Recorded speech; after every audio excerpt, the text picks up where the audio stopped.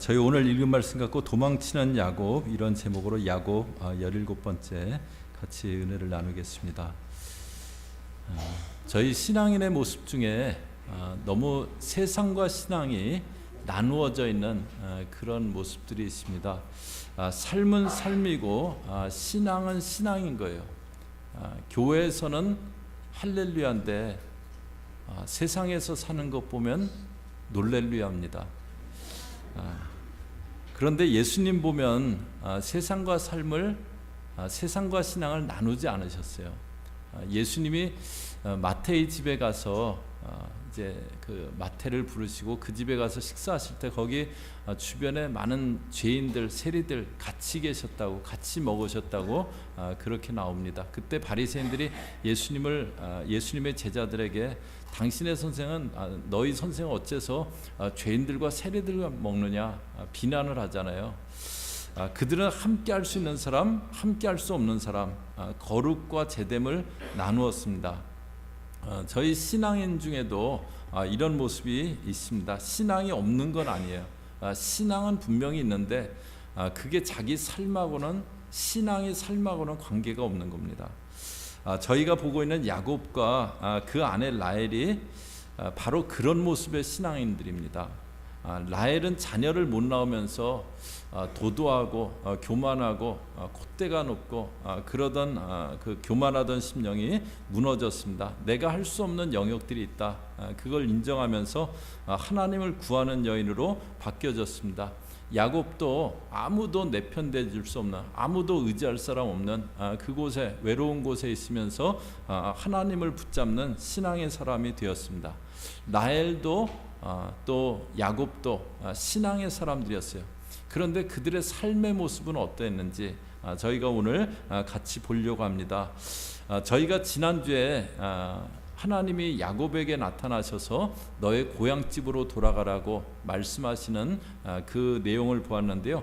그래서 이제 야곱이 하는 일이 있습니다. 17절에 보시면요, 야곱이 일어나 자식들과 아내들을 낙타들에게 태우고, 이제 그 먼 길을 가야 되니까 자식들, 아내들, 낙타들에게 태우고, 18절에 그 모은 바 모든 가축과 모든 소유물 곧 그가 밧단 아람에서 모은 가축을 이끌고 가나안 땅에 있는 그의 아버지 이삭에게로 가리할세. 이제 이삭에게로 그렇게 고향 집으로 가려고 합니다. 야곱이 이제 하란 땅에 외삼촌 집에 20년간 그렇게 있었습니다. 그런데 야곱이 그 마지막 마무리를 어떻게 하고 가냐면요, 20절 보시면요, 야곱은 그 거취를 아람 사람 라반에게 말하지 아니하고 가만히 떠났더라. 라반에게 자기 이제 떠난다, 그런 거 알리지 않고 그냥 가만히 떠났다라고 그렇게 얘기합니다. 그래서 21절에 보시면요, 그가 그의 모든 소유를 이끌고 강을 건너 길르앗산을 향하여 도망한지, 그래서 야곱이 떠난 그것을 도망했다라고. 22절에도 보시면 3일 만에 야곱이 도망한 것이 라반에게 들린지라, 도망했다라고 그렇게 얘기해 줍니다. 도망이라는 것은 어떤 상황을 피해서 이렇게 달아나 버리는 것, 그것을 도망쳤다고 하잖아요. 야곱이 도망했다고 합니다. 그런데 야곱이 도망쳤던 적이 또 있었죠. 20년 전에 형을 속이고 아버지 속이고 자기가 장자 축복 받은 후에 형 에서가 자기 죽이려고 한다고 하자 집에서 도망쳐서 외삼촌 라반의 집에, 그때도 도망쳤습니다. 그런 야곱이 20년 뒤에 20년간 살던 그 라반의 집 하란 땅을 떠날 때 똑같이 도망치고 있는 겁니다. 이번에는 왜 또 도망을 쳤을까요? 야곱이 도망을 치자 이제 라반이 뭐 이렇게 가서 야곱을 이렇게 공격할 수 있는 힘쓸 사람들을 모아갖고 추격을 합니다. 그래서 추격한 라반이 그 따라왔을 때 그때 자기가 왜 이렇게 했는지 대답하는 말이 있어요. 31절에 보시면요, 야곱이 라반에게 대답하여 이르되 내가 생각하기를 외삼촌의 딸들을 내게서 억지로 빼앗으리라 하여 두려워하였음이니라. 야곱이 내가 두려워했다 그래요. 뭘 두려워했느냐? 그 외삼촌 딸들 억지로 이렇게 뺏을까봐 그 자기가 떠나겠다고 하면은 라헬, 레아 너희들은 못 가, 절대 못 가. 그러면서 못 가게 할 거다. 그런 그 두려움 때문에 그냥 왔다고 합니다. 뭐 야곱이 그런 생각도 있었을 거예요. 근데 또 그런 생각도 한편 있었을 겁니다. 자기가 떠나겠다고 하면은 외삼촌이 네 그 양떼 그거 전부 다 네 거 아니야. 그러니까 다는 못 갖고 가. 뭐 그러면서 이제 그 뭐 일부를 놔두고 가게 하고 막 이제 재산이 뺏길까 봐서 그냥 그런 신경이 하지 말고 아무 소리 말고 도망치자. 뭐 그런 생각도 있었을 겁니다. 저희가 삶에서요 잘못된 그 삶의 모습들이 바뀌지 않으면 그 모습들이 계속 반복되는 형태로 삶이 진행됩니다. 내 잘못된 모습이 있는데 그게 바뀌지 않아요. 그러면 그 모습들이 계속 반복돼요. 반복되는 형태로 삶이 진행됩니다. 도망쳐서 문제를 해결하려고 하는 야곱은요 계속해서 도망치는 일을 반복하는 겁니다. 이것은 이제 야곱의 연약함입니다. 좀 참다가 견디다가 이제 안 본다. 그런 식으로 관계를 그냥 깨고 파괴하고 떠나고 끝내고 그렇게 합니다. 신앙은 있는데 그 삶에서는 아직 옛 모습이 그대로 남아 있는 겁니다. 그 다음에 이제 라헬은 어떠냐면요. 라헬도 이제 신앙이 생겼어요. 그런데 아버지 집을 떠날 때 어떻게 하느냐. 19절에 보시면요. 그때 라반이 양털을 깎으러 갔으므로 라헬은 그의 아버지의 드라빔을 도둑질하고 라반이 양털을 깎으러 들판에 멀리 이제 나갔습니다. 그랬더니 이제 그 틈을 타서 야곱도 도망친 거고요. 라헬은 어떻게 하냐면 아버지의 드라빔을 도둑질했다 그래요. 드라빔은 이제 가정 수호신이라고 저희가 한번 봤었잖아요. 라반에게 제일 중요한 겁니다. 라헬이 아버지가 야곱에게 딸 라헬 주겠다고 약속해놓고 첫날 밤에 언니 레아를 들여보내서 자기 삶이 힘들어진 거 그건 이제 그 사실인데요. 그래서 이제 아버지에게 가장 그 소중한 드라빔을 도둑질해가면서 복수를 하는 겁니다. 또 이 드라빔은 아이를 이렇게 낳게 하는 어떤 그런 영향을 준다. 다산의 그런 그 영향을 주는 신이다. 뭐 그렇게도 생각을 했대요. 그러니까 이 라헬이 저 드라빔 훔쳐가면은 내가 애를 더 낳을 수 있지 않을까. 그래서 이제 그 드라빔을 도적질을 한 겁니다. 야곱은 도망치고 라헬은 도둑질하고 이 부부는 도씨 부부입니다. 또 나중에 이제 라반이 이렇게 추격해 와갖고 야곱에게 왜 내 드라빔을 가졌냐 그랬더니 찾아봐라. 만약에 누구든지 그거 갖고 온 사람이 있으면 그 사람은 살지 못할 거라고 그렇게 하는데요. 그래서 라반이 야곱의 그 장막에도 들어가 보고 레아의 장막에도 들어가 보고 또 두 여종의 장막에도 들어가 보고 근데 못 찾았어요. 마지막으로 라헬의 장막에 들어갑니다. 그랬더니 라헬이 어떻게 하고 있냐면요. 34절에 보시면 라헬이 그 드라빔을 가져 낙타 안장 아래에 넣고 그 위에 앉은지라 라반이 그 장막에서 찾다가 찾아내지 못하며 깔고 앉았어요. 드라빔에 아주 큰 것도 있고 작은 것도 있고 그렇대요. 그런데 여기 있는 드라빔은 작은 것 같아요. 깔고 앉아 있어요. 그러면서 35절에 라헬이 그의 아버지에게 이르되 마침 생리가 있어 일어나서 영접할 수 없사오니 내 주는 노하지 마소서. 이건 거짓말입니다. 이렇게 그 거짓말인데 도적질한 거 감추기 위해서 거짓말을 해요. 라헬은 분명히 신앙인이에요. 그런데 도둑질하고 거짓말하고 완전히 세트로 그렇게 합니다. 그런데 이제 이런 상황에서 저희 신앙인들이 착각하는 게 있습니다. 라반이 양털 깎으러 들어갔다가 야곱이 도망쳤다. 그 얘기를 들었어요. 그래서 23절에 보시면요. 라반이 그의 형제를 거느리고 7일 길을 쫓아가. 야곱이 3일 전에 출발했는데 뭐 가축도 있고 자녀들도 있고 그러니까 이제 가는 속도가 느렸겠죠. 그러니까 3일 먼저 갔지만은 계속 이제 추격해서 7일 걸려서 거기 이제 야곱을 잡을 수 있는 데까지 간 겁니다. 그런데 7일을 추격했으면요 굉장히 먼 거리를 쫓아간 겁니다. 그런데 뭐 그 딸들하고 작별 인사하려고 그 손주들 마지막 보려고 그래서 이렇게 쫓아간 건 아닙니다. 저희 29절 한번 보시면요. 너를 해할 만한 능력이 내 손에 있으나 라반이 추격을 할 때는요. 야곱 이놈 절대 그만 안 둔다. 완전히 막 그 야곱을 이제 어떤 해할 만한 그런 마음이 있어갖고 막 독이 올라서 그렇게 추격을 한 거예요. 그런데 그렇게 추격해갖고 이제 내일이면은 야곱을 덮칠 수 있는 그 전날 밤입니다. 그런데 24절에요. 밤에 하나님이 아람 사람 라반에게 현몽하여 이르시되 너는 삼가 야곱에게 선악간에 말하지 말라 하셨더라. 하나님이 나타나셔서 꿈에서 야곱에게 선악간에 말하지 말라고 그렇게 얘기를 하세요. 다 따라왔는데 이제 아무것도 그렇게 야곱에게 하지 말라고 해요. 그래서 다른 건 문제 삼지 못하고 왜 내 드라빔을 훔쳐갔냐, 이제 그것만 따집니다. 하나님이 야곱을 보호해 주신 겁니다.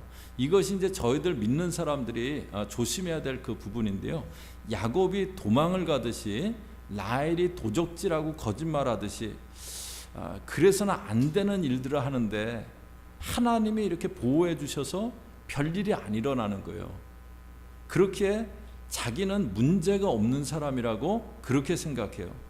정정당당하게 그렇게 하지 않고 도망은 좀 쳤지만 도적질하고 거짓말은 좀 했지만 뭐 별일 없는 거예요. 그래서 내가 한 일은 문제가 그렇게 없는 일이다, 나는 문제가 없는 사람이다라고 생각을 해요. 자기는 그냥 피해자라고 생각합니다. 그리고 불같이 쫓아온 이 라반만 그 라반만 나쁜 자다, 그렇게 생각을 해요. 물론 이제 조카를 물리적으로 해야겠다고 쫓아온 이 라반도 문제가 뭐 많이 있죠. 그런데 저희 이 상황을 객관적으로 보면요, 야곱이나 라헬도 전혀 잘했다라고 그렇게 할 수 없는 그런 그 상황이잖아요.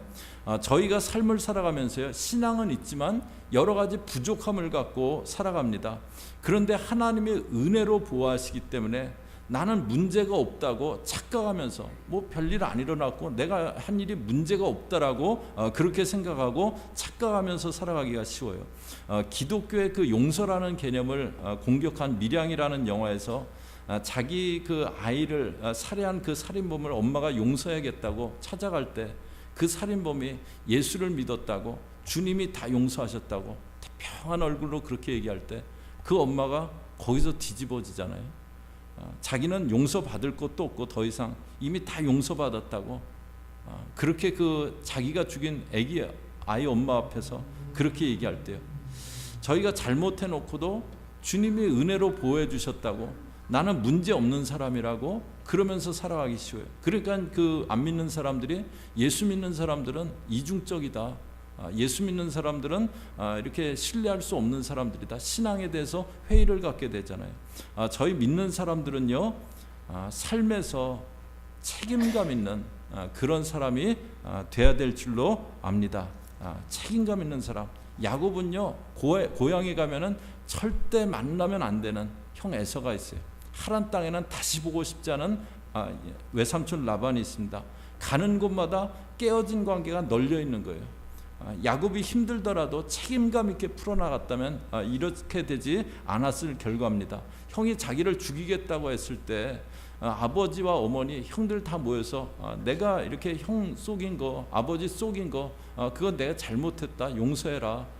그런데 하나님은 나를 장자로 선택하셨고 나를 축복하실 계획이 있으셔서 내가 그렇게 한 거다, 그러니까 이해해달라고, 받아들여달라고 그래야 됐어요. 그래서 분이 난 형하고 좀 충돌이 있더라도 해결을 하려고 그렇게 했어야 됐습니다. 라반이 너 양떼 다 못 가져간다, 뭐 시비를 걸더라도 뭐 자기가 좀 양보하고 또 이렇게 서로 대화하고 그러면서 풀어나가려고 했어야 됐어요. 그리고 정정당당히 떠나려면 인사하고 떠나야 됐어요.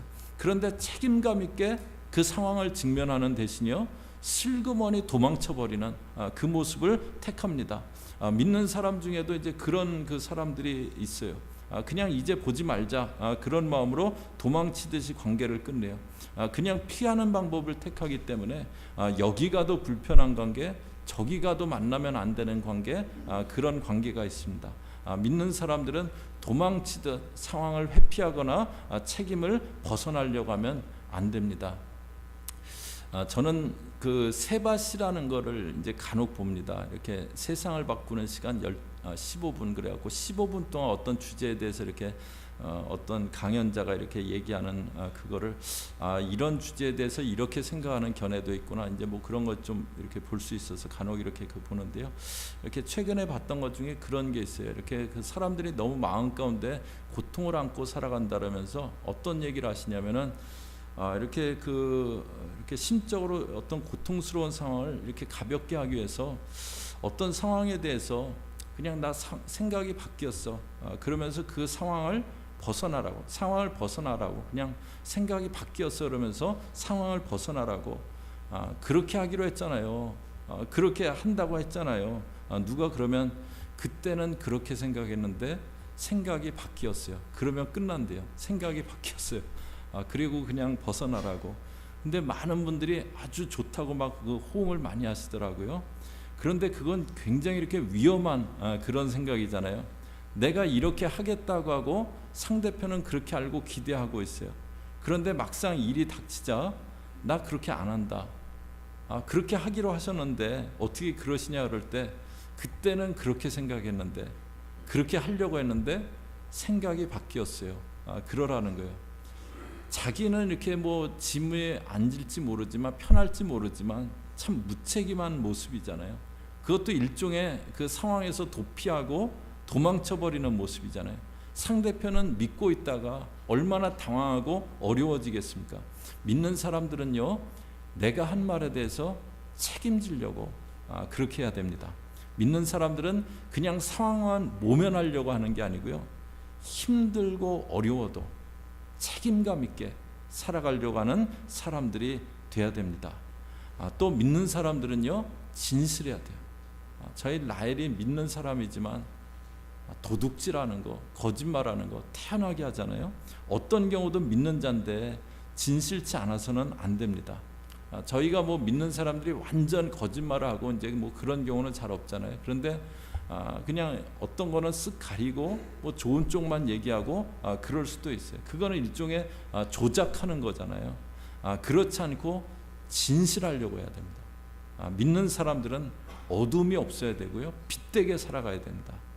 저희가 믿는 사람으로 세상에서 빛되게 삶을 살아가야 되는데요, 책임감 있게 그렇게 살아갈 때 그냥 회피해버리고 그냥 난 이렇게 도망쳐버리고 그게 아니라 책임감 있게 살아갈 때, 또 진실한 삶의 모습이 있을 때 빛되게 사는 것이 가능케 됩니다. 예수님은요, 세상과 신앙을 나누지 않으셨어요. 왜 너희 선생은 세리와 죄인과 같이 먹느냐? 거기에 대해서 예수님이 나는 의인 부르러 온 거 아니라, 나는 건강한 사람 부르러 온 거 아니라, 나는 병든 자, 나는 죄인 부르러 왔다 말씀하시잖아요. 예수님은 죄된 곳에 함께 하시면서 그곳에 변화가 있게 하셨습니다. 신앙과 삶이 따로 가서는 안 됩니다. 교회에서의 그 신앙과 저희 삶에서의 그 모습이 따로 가서는 안 됩니다. 저와 여러분은 도망치며 살아가는 야곱 같은 모습 아니라, 라헬처럼 진실치 않은 그런 삶이 아니라, 어려워도 힘들어도 상황을 회피하지 않고 진실함으로 살아가려고 하는 그런 책임 있는 믿음의 사람 되는 저와 여러분 되시기를 주의 이름으로 축복합니다. 같이 기도하겠습니다.